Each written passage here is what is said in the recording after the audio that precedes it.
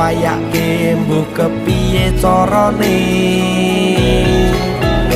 Tresnoku ora bakal luntur, sayangku ora bakal goyah senajan kahanane bubrah. Aku bakal setia, ora mungkin mendua. Matur suwun sampun ana ngancani neng saben dina.